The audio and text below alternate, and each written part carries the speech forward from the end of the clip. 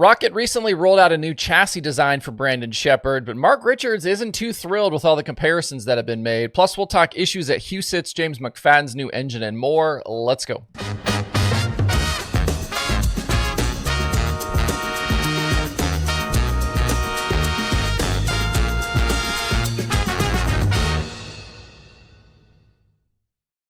It's Monday, July 21st. I'm Justin Fiedler. This is DIRTRACKR Daily presented by Kubota Genuine Parts.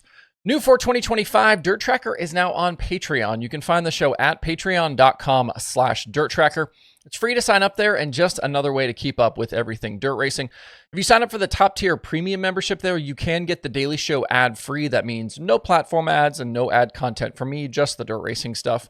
Members also get access to their own chat, some extra content, and other perks. If you want to join, hit up patreon.com/DIRTRACKR. You can also support the show on YouTube with a channel membership that gets you some added perks for just a few bucks a month. Click the join button at youtube.com/DIRTRACKR for more information on how to sign up. 2 weeks ago here on The Daily Show, after Brandon Sheppard went to victory lane with Lucas at Atomic Speedway, we pointed out how his Rocket House car suddenly looked very different to the piece he'd been driving previously this season. There were very clear differences in the cage around the driver, which meant likely changes elsewhere also. Since that new car showed up at Atomic, Bishop has raced it 9 times, and the Rocket redesign seems to be working very well. 2 wins, including the Diamond Nationals at Lucas Oil Speedway, 6 podiums, and an average finish of 4.22. That first weekend the car was out, I got sent several messages about how it looked more like a Longhorn, and that talking point has really taken hold in the days since. I said 2 weeks ago that it obviously wouldn't be hard for Rocket to get a hold of a Longhorn if they wanted to check one out, and that Bishop would have had some fairly intimate knowledge of those cars, given his 2 years as Longhorn house car driver. People in the Rocket orbit, though, haven't taken too kindly to this Longhorn copy talking point around the new car, including owner Mark Richards.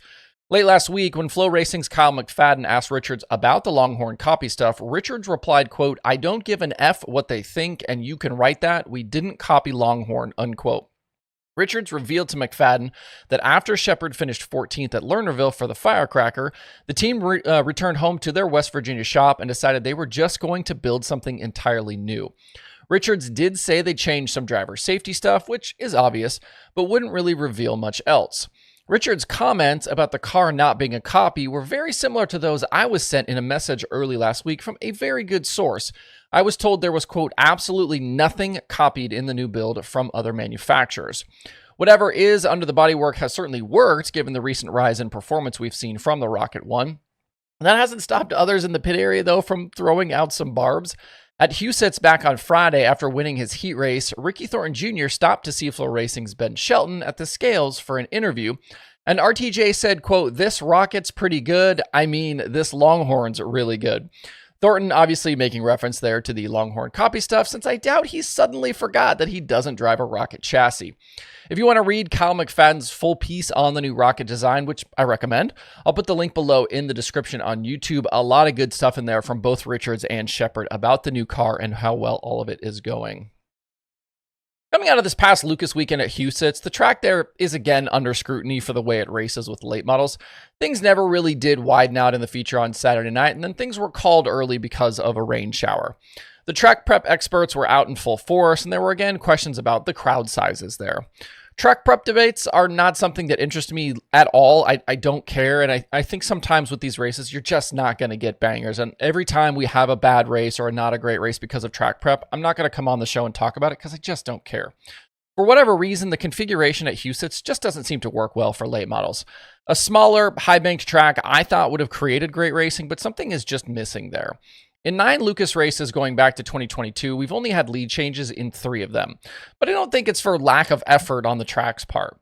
There is plenty of passing down through the field, though. Dan Ebert was able to go 20th to 7th on Saturday night.